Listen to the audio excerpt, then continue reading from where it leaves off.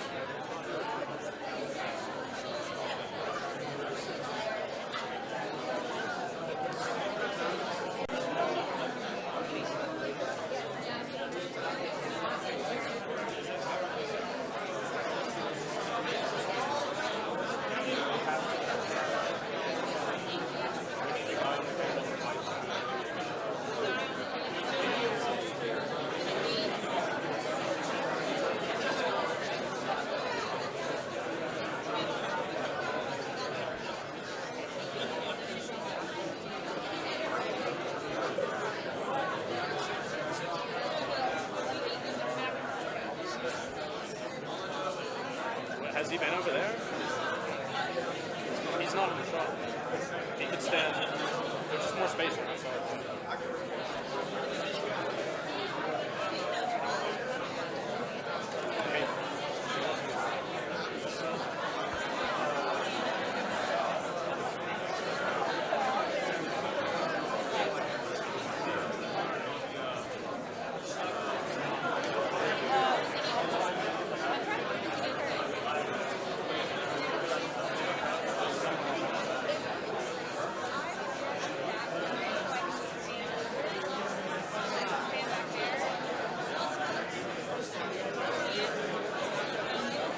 You're probably going to have to go behind there in the gap. Like right there.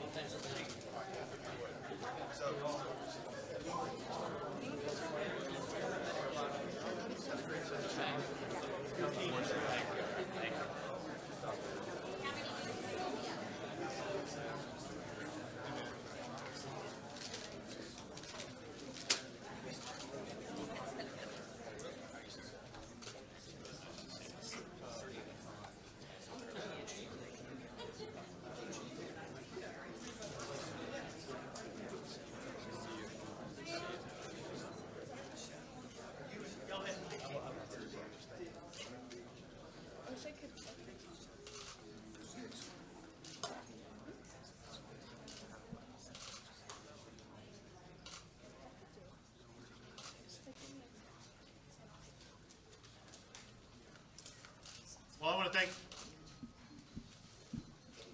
thank everybody for gathering with us here today. You know, we gathered today at what truly is considered to be the cradle of liberty in the Lone Star State.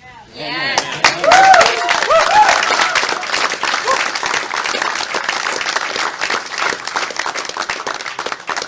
We're on hallowed ground where men and women, they put their lives on the line, and they lost their lives for the ultimate cause of freedom, for what turned out to be the Lone Star State, the greatest state in the United States.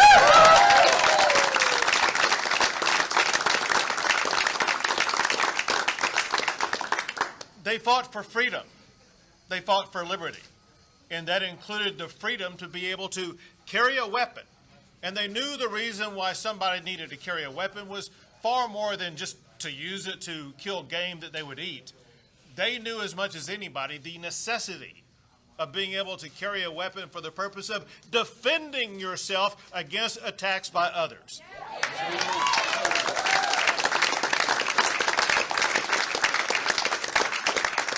That very same principle exists today. Just look at the ranchers who live in South Texas who are being invaded on a daily basis by people coming across the border. They need to have a gun to be able to defend themselves against cartels and gangs and other very dangerous people. There is a need for people to have a weapon to defend themselves in the Lone Star State.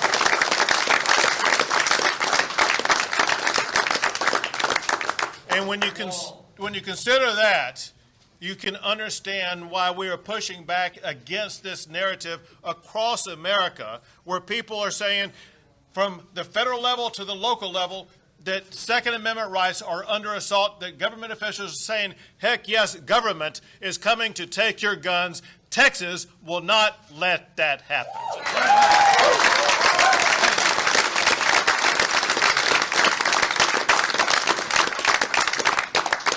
Joining with me today are some very important people who ensured that all of these bills I'm about to sign got to my desk. They include Lieutenant Governor Dan Patrick,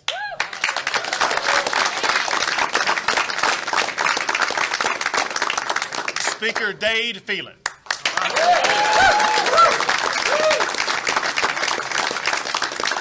members of the Texas House and Texas Senate.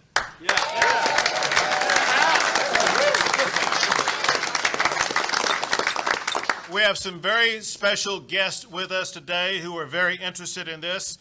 One is the Executive Vice President for the NRA, Wayne LaPierre.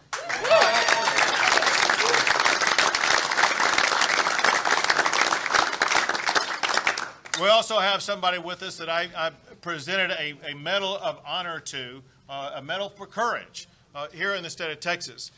He is a quintessential example of a good guy with a gun. He was in a church at a time that a shooting broke out, and because of his swift action using his weapon, he was able to bring the shooter down immediately and save lives. His name is Jack Wilson. He's right here.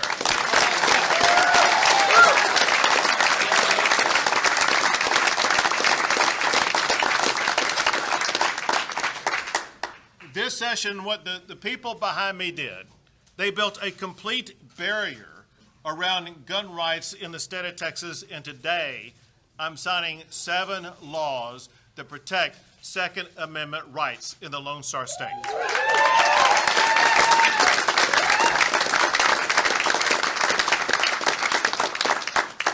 Number 1 is probably the biggest and best of them all, and that is the constitutional carry right in the Lone Star State.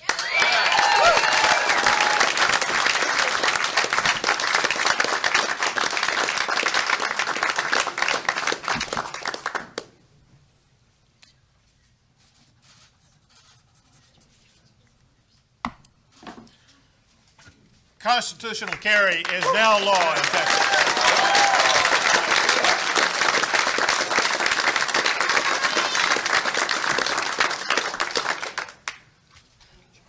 Next is a law that makes Texas a Second Amendment sanctuary state.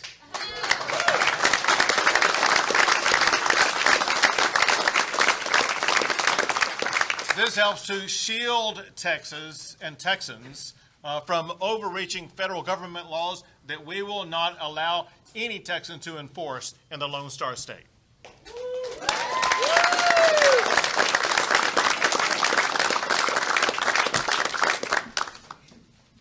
doing some tidy work. Yeah, that's pretty good.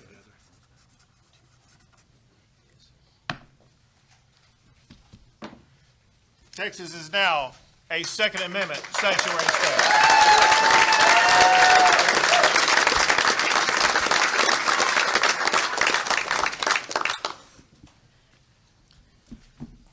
Next, we are also preventing any government entity from prohibiting the sale or transportation of guns or ammo during a declared disaster.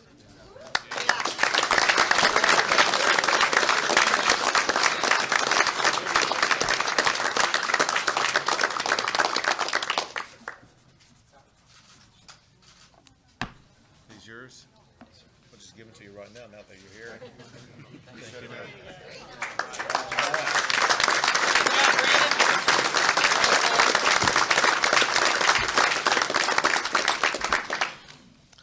And we're also prohibiting any government entity from contracting with any business that discriminates against firearm and ammunition businesses and organizations like the NRA.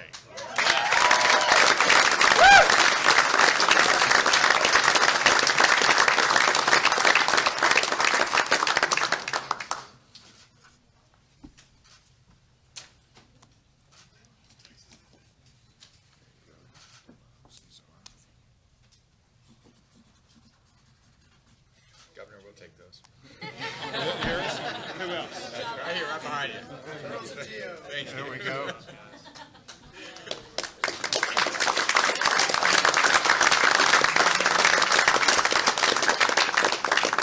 Next is what I call holster choice.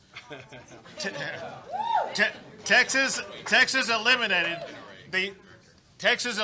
the shoulder or belt holster requirement, allowing Texans to carry in whatever kind of holster they choose.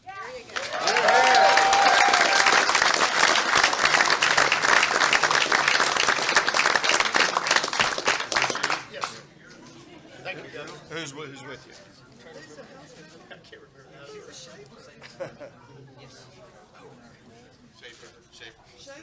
can't remember. Yeah, that one too. There you go. All right. There you go. Yeah, you want this one? Is the one. That's the one. How about these two? Okay. I'm not sure. I think that's Hall and Holland and Nieder. That's right. Holland.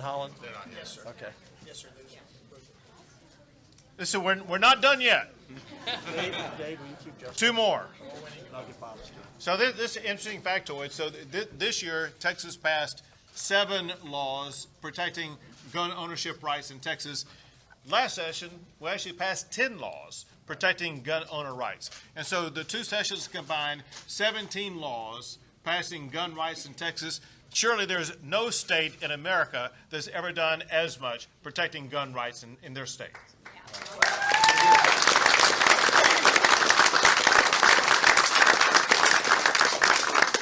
This next law, it protects travelers who are traveling through the state of Texas, and it allows them to store firearms in their hotel rooms.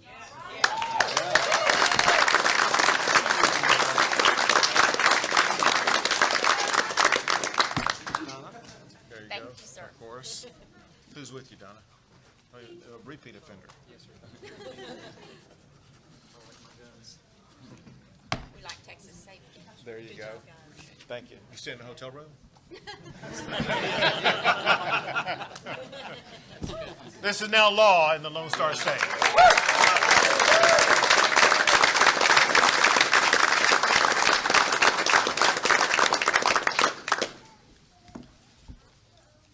And last but not least, we passed a law that says any firearm suppressor made in Texas and stays in Texas will not be subject to federal law or federal regulations.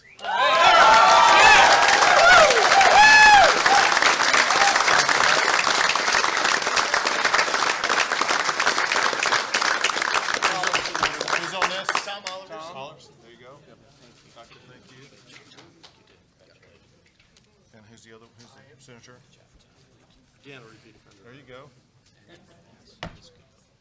There you go. Thank you. We go, Drew. Firearm suppressors are now protected by Texas law.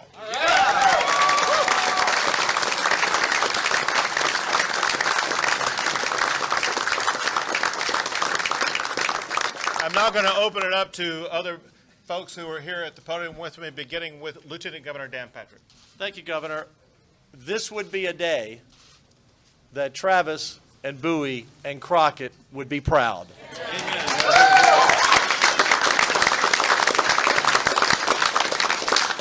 Governor, when we came in 2015, we've passed campus carry, open carry, constitutional carry, and again, more Second Amendment bills than any legislature in the country. We are a place where Texans will stand up and defend themselves, Jack, and defend others and save lives. You were a hero that day. To all of you who are here in support of these bills, thank you. And to Matt Schaefer for your vision on 1927.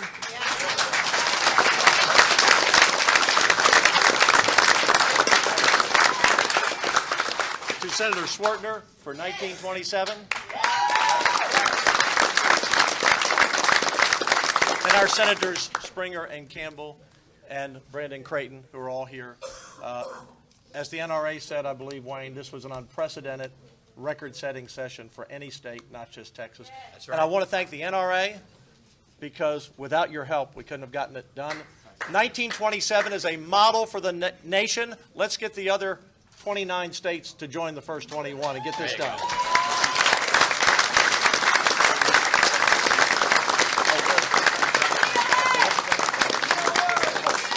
And Governor, we have, where's Steve Williford? Steve, I couldn't see you. Get up here, Steve. Woo! Steve Williford, everyone. Another modern-day Texas hero. Thanks, Steve. Jack was blocking you on purpose. Yeah. Yes. And now the Speaker of the Texas House, Dade Phelan. Thank you, Governor. Again, appreciate your leadership on this issue. As always, this is a prolific day for the Second Amendment in the state of Texas. And it wouldn't have happened without these individuals behind us, the members of the Texas House and Texas Senate who did all the work, and for the grassroots, folks in this room. That's right. Thank you.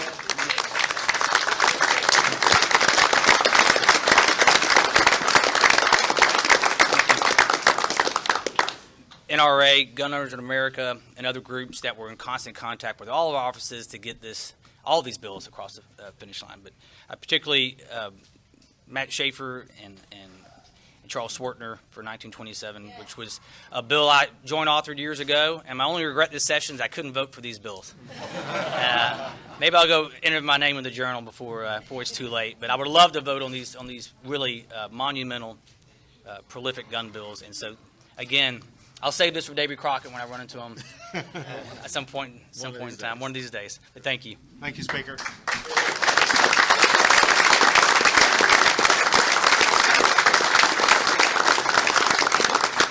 And now the Executive Vice President for the NRA, Wayne LaPierre.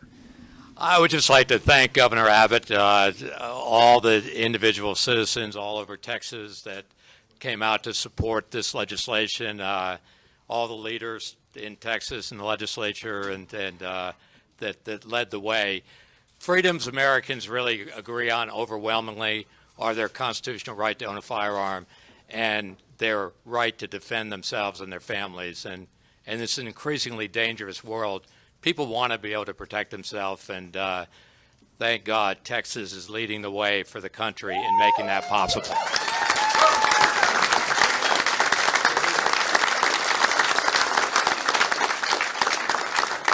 We'll take a few questions.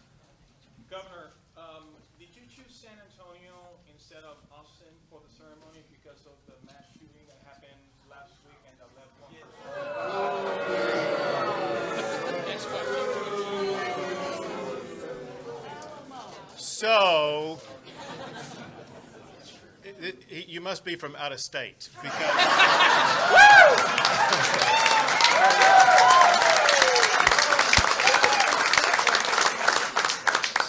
Anybody here who does not understand the gravity of what the Alamo means to Texas doesn't understand.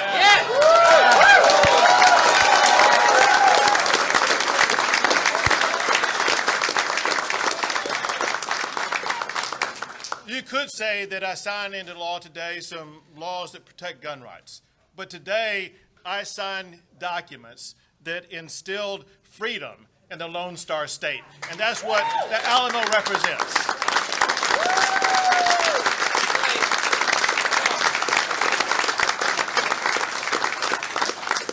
That said, I'm not going to dodge the intent of your question because I want to answer your question. He asked a question about the shooting that took place in Austin, Texas last week. I had the opportunity to visit with the family members of the person who lost his life. It's a tragedy. The family members are heartbroken about what happened. But the family members were adamant about two things. One, do not let this crime committed by teenagers be a reason to eliminate gun rights in the United States of America.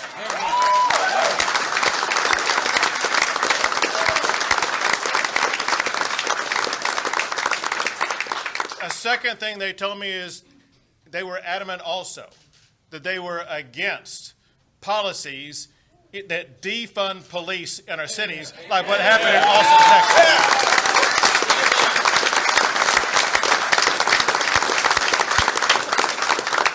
The last thing that everybody must understand, those who believe and support Second Amendment rights, we support the right of every law-abiding American to be able to have a weapon to defend themselves. That is different from teenagers unlawfully getting access to guns to commit crimes. Those are people who deserve to be behind bars for the rest of their lives.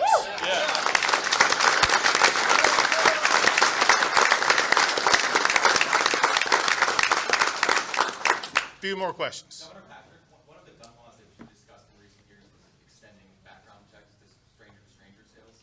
You said in 2019 you've only taken arrow from the NRA on it. NRA is obviously here today. Do you still support that? Is there a reason you didn't push the discussion? We want people who have the right to carry a gun to be able to access a gun and carry that gun to defend themselves. And all of us, including the NRA, all of us want those who shouldn't have a gun not to have a gun, pure and simple. In fact, the NRA were the ones who wrote the original background check and did a great job on that many years ago. I answered your question. Next question. Any reason that bill didn't get passed? Say? Any reason that bill that Patrick Svitek mentioned didn't get passed? Yeah, there was not a bill filed to my knowledge, so that's why it didn't get passed. Secondly, we're interested in being sure that people like Steve and Jack have a right to save lives. And the media needs to understand that you are so far out of touch with where Texans are and Americans are on this issue under this Biden administration that allows criminals to cross the border and put all the lives of the people in this room and their families in danger, that in this state, we're saying it's not going to happen on our watch. And that's why these bills pass. Period.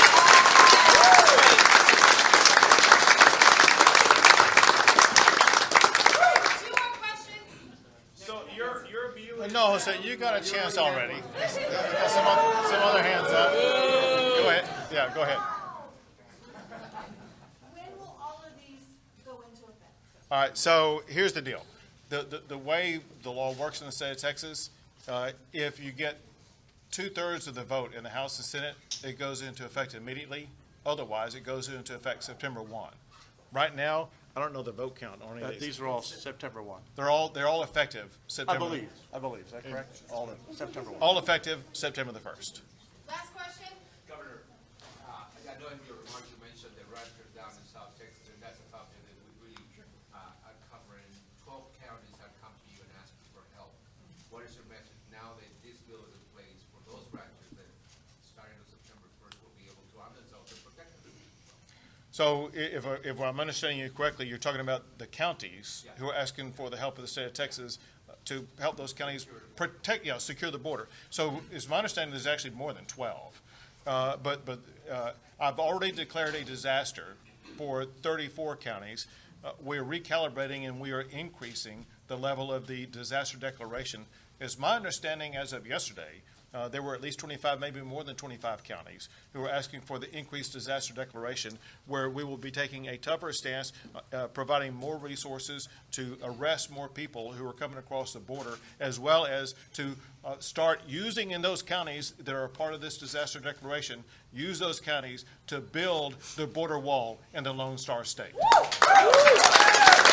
Thank you very much. Wait. One team photo here real quick, everybody. Get close together. Thanks for everything you did.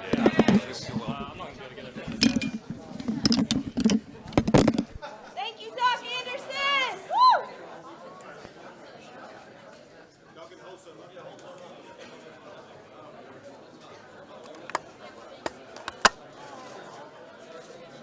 I'll be able to get it. This question is